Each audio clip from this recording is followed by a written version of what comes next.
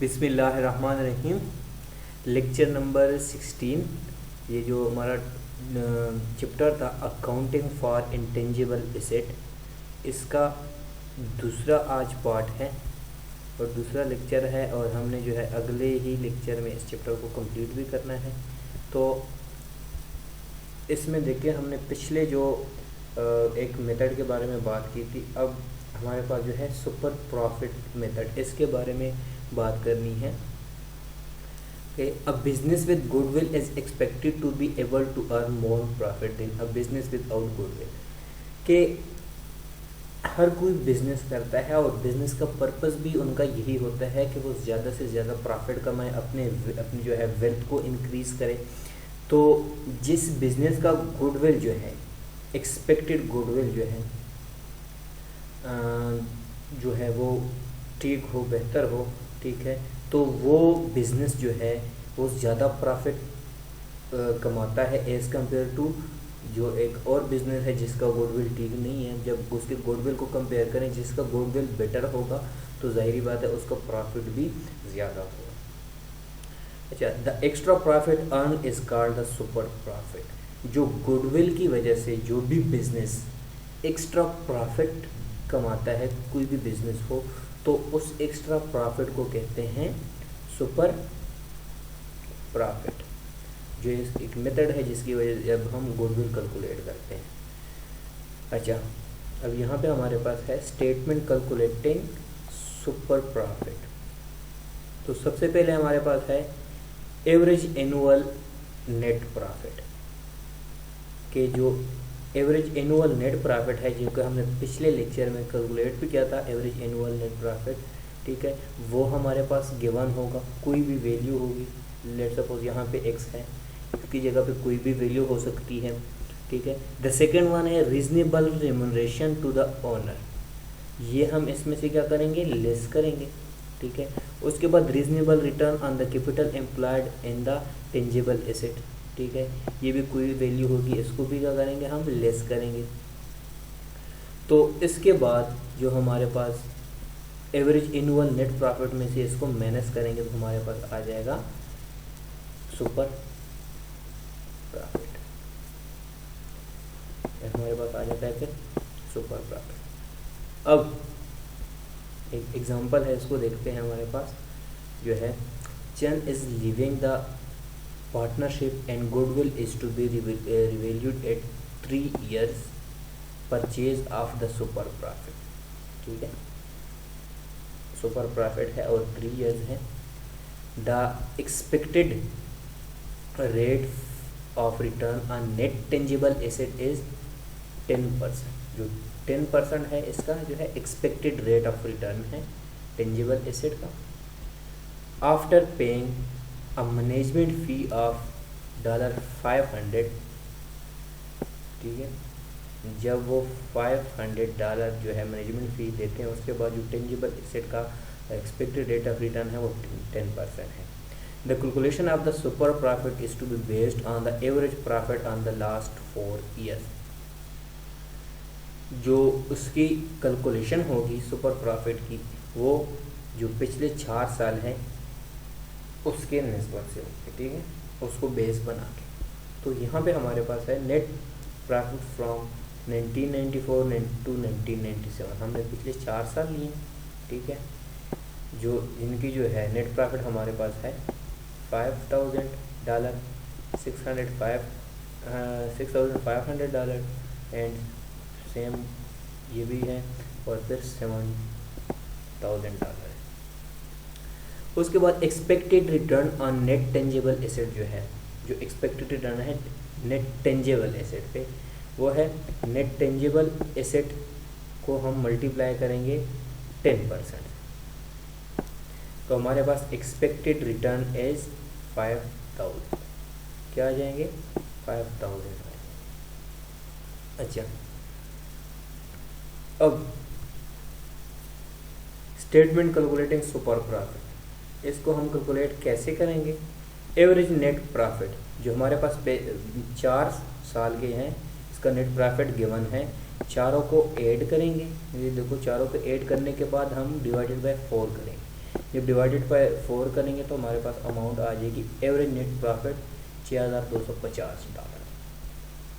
उसमें से जो उन्होंने मैनेजमेंट फ़ी जो पे की है वो $500 है, और एक्सपेक्टेड रेट ऑफ रिटर्न जो है ऑन नेट टेंजिबल एसेट वो क्या है 5000 है, जो पीछे हमने इसको कैलकुलेट किया है। अब 5000 प्लस 500 आपके पास आ जाएगा $5500 आ जाएंगे। अब ये जो ऊपर अमाउंट है 6250, इसमें से हमने लेस करना है 5500 को, तो हमारे पास अमाउंट आ जाती है 750 जो कि सुपर प्रॉफिट है। अब जो गुडविल है हमारे पास, ठीक है, वो है 3 साल का हमने फाइंड करना है, तो 750 को मल्टीप्लाई बाय 3 करेंगे तो गुडविल से जो हमारे पास प्रॉफिट आ जाता है वो कितना है, टोटल 3 सालों में $2250 है।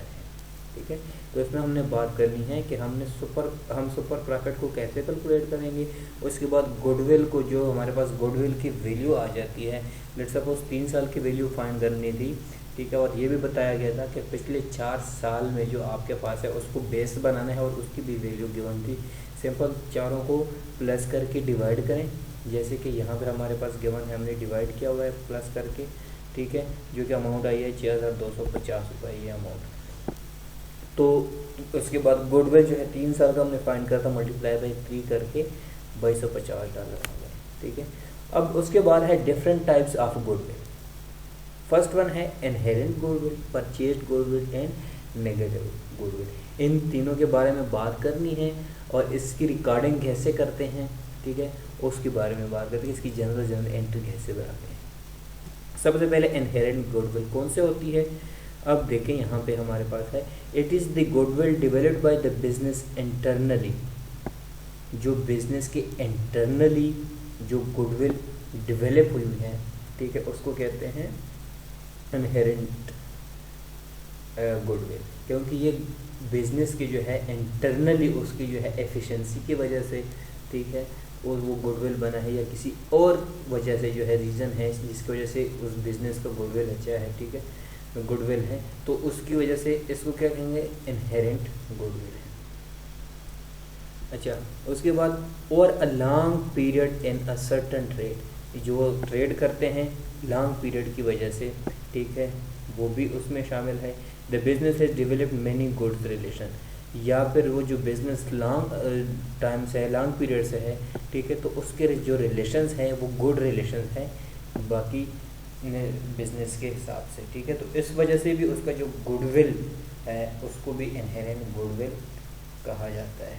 द थर्ड वन, इसमें थर्ड कौन सी चीज़ हम इंक्लूड कर सकते हैं इनहेरेंट गुडविल में, therefore the public estimate that the value of the business is a going concern is higher than the value of its net asset। जो गोइंग कंसर्न की business की वैल्यू जो होती है, ठीक है, पब्लिक वो एस्टिमेट करती है, उसके बाद कहते हैं कि नेट एसेट से जो गोइंग कंसर्न की वैल्यू है वो ज़्यादा होती है। अब उसकी इस जो है इनहेरेंट गुडविल की जो है ट्रीटमेंट हम कैसे करते हैं, जैसे कि देखें नॉन परचेज्ड गुडविल, जो नॉन परचेज गुडविल है should not be recognised in the financial statement. ये तो हमने पहले भी बात की है कि जो नॉन परचेज गुडविल है, ठीक है, उसको जैसे पेटेंट हो गया, ठीक है, इसको हम जो है फाइनेंशियल स्टेटमेंट रिपोर्ट में रिकॉग्नाइज नहीं करते।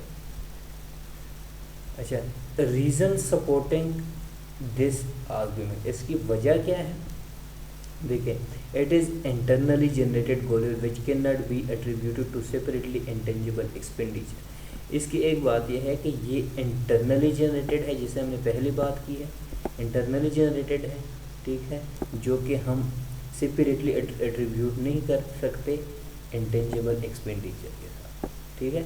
और दूसरी बात में इसमें जो है it is intrinsic to the business, ये क्या है, बिजनेस के लिए इंट्रिंसिक है। It can not be sold as a separate asset, इसको हम जो है अलग से एज एसेट के तौर पर हम इसको सेल नहीं कर सकते।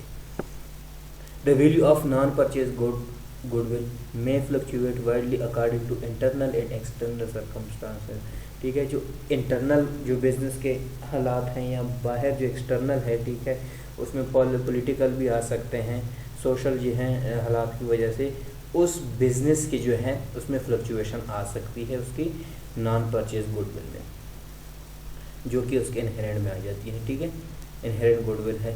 द लास्ट वन क्या है इसमें, the valuation and verifiability of the existent of non purchase goodwill are subjective.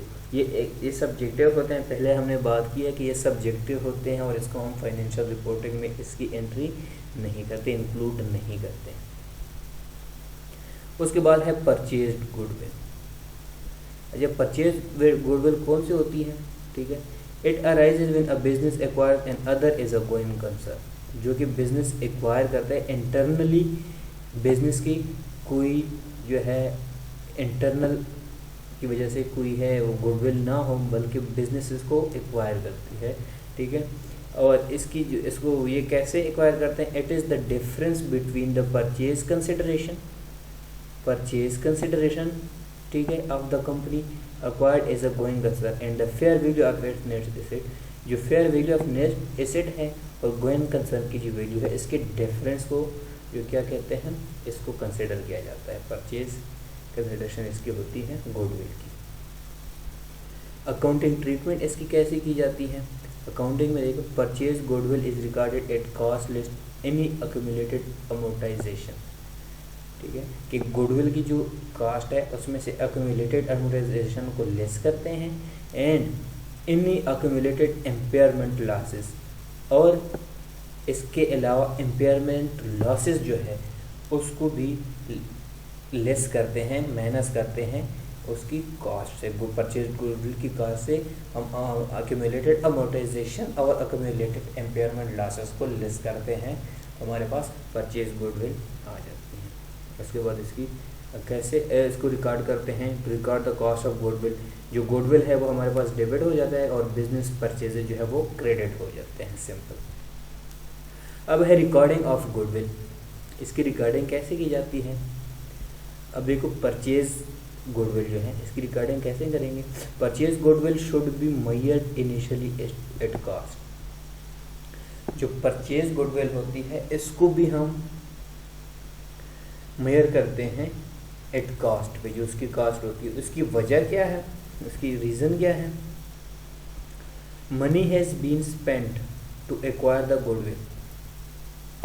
Goodwill को एक्वायर करने के लिए जाहिर बात है कुछ जो है पैसे लगे हैं। ठीक है, so it is difficult to argue that purchase goodwill is not an asset. जो परचेज गुडविल है ये एसेट होता है। ठीक है, जो परचेज गुडविल है इसको हम रिकॉर्ड भी करते हैं और परचेज गुडविल को हम रिपोर्ट करते हैं।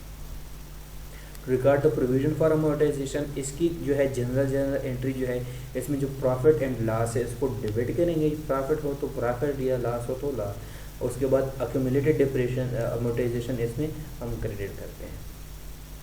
अब यहाँ पे बात देखिए हमारे पास है आफ्टर इनिशियल रिकग्निशन। जब इनिशियल इसको हम कास्ट रिकग्नाइज करेंगे तो फिर क्या होगा, purchase goodwill should be carried at cost less any accumulated amortisation.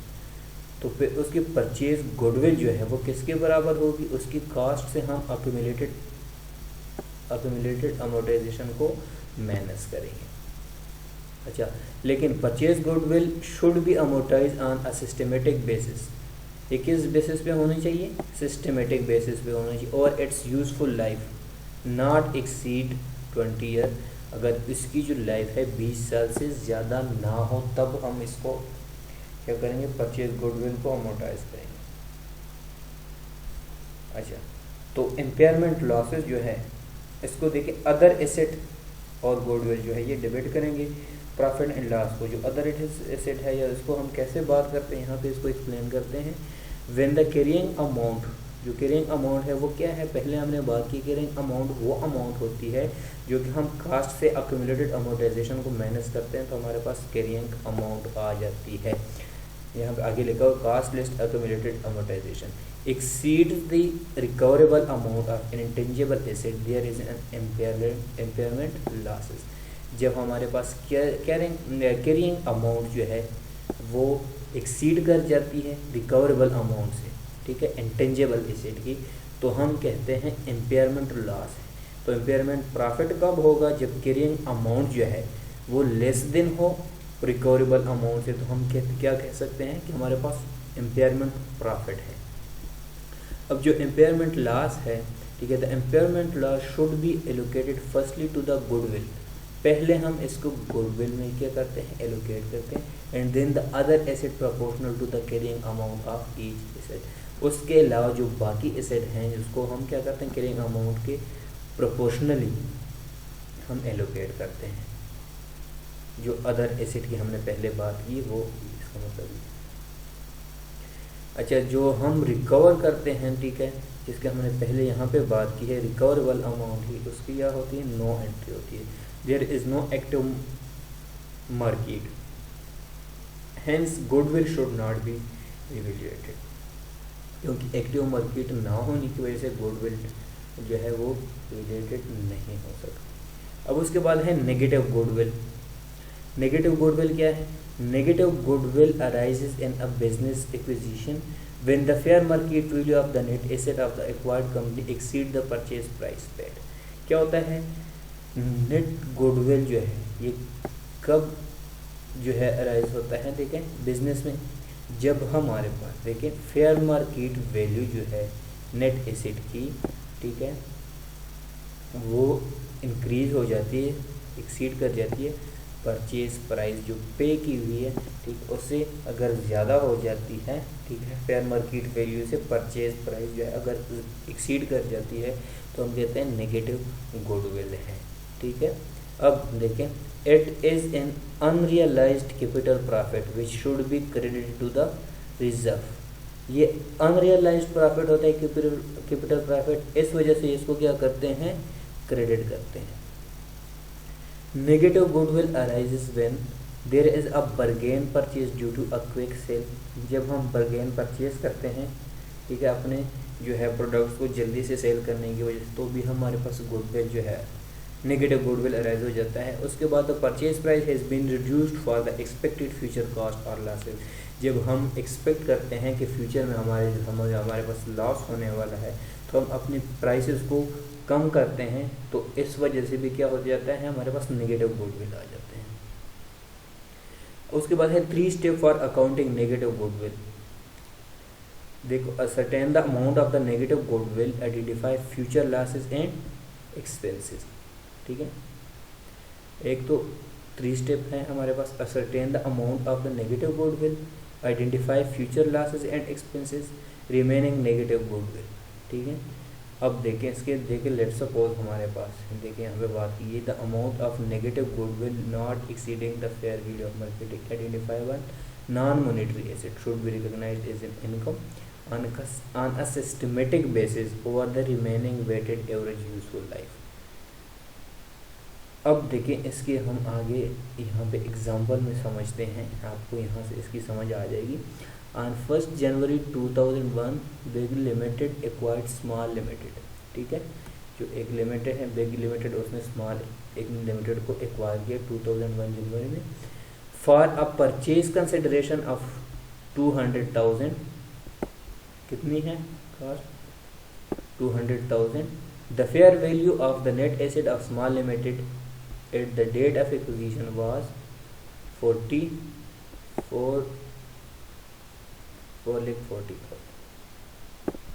4,40,000 dollar हैं, इंक्लूडिंग उसमें कौन कौन सी चीज़ें थी, ठीक है। टेंजेबल एसेट की वैल्यू कितनी थी यहाँ पे, उसमें 1,00,000 रुपये, 1,00,000 डॉलर। इंटेंजेबल एसेट की वैल्यू 20,000 और कैश जो था वो था 3,20,000, सॉरी, ठीक है। अगर इसको हम आपस में प्लस करते हैं इन तीनों को, तो हमारे पास जो टोटल एक्विजिशन की जो है स्मॉल लिमिटेड की जो है नेट एसेट की वैल्यू आ जाती है 4,40,000 डॉलर आ जाती है। अच्छा, यहाँ पे देखिए अब द नेगेटिव गुडविल 4,40,000 माइनस 2,00,000 हमारे पास आ जाती है 2,40,000। It is expected small limited will इनकर अ लॉस ऑफ 30,000। इससे हमारे पास क्या आ जाता है, और द नेक्स्ट 2 ईयर, अगले 2 सालों में जो है उसको 30,000 डॉलर का क्या होगा, लॉस होगा। स्टेप 3 क्या है? 3 steps for accounting negative goodwill are shown as follows. जो 3 हमने बात की है, सबसे पहले क्या है? Ascertain the amount of the negative goodwill. देखो बिजनेस परचेजेज जो हैं 2,40,000 हैं और नेगेटिव गुडविल है वो भी 2,40,000 है। इसको क्रेडिट करेंगे नेगेटिव गुडविल को। Identify the negative goodwill of 30,000 related to the future losses and expenses over the next 2 years. जो है हमारे पास नेगेटिव गुडविल जो है वो आ जाएंगे, डेबिट करेंगे 1500 रुपया और क्रेडिट करेंगे प्रॉफिट एंड लॉस को 15,000। ठीक है, इसी तरह नेगेटिव एंड गुडविल को हमने डेबिट करना है, प्रॉफिट एंड लॉस को हमने क्रेडिट करना है जो 15,000 रुपीज़ है। Remaining negative goodwill the first of $1,20,000 जो है हमारे पास, ठीक है, will be released over the weighted average useful life of intangible and intangible asset. $90,000 will be credited to profit and loss immediately. ठीक है, जो 90,000 है वो प्रॉफिट एंड लॉस में इमीडिएटली कन्वर्ट होंगे। इसके जो बाकी हमारे पास न्यूमेरिकल हैं वो हमने आगे लेक्चर में डिस्कस करना है।